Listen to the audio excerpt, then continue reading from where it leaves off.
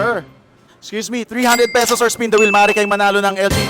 Ay, ayun sir. Thank you po, thank you. Sayang oh, tingnan mo, mananalo kayo ng gas range LG washing machine pala.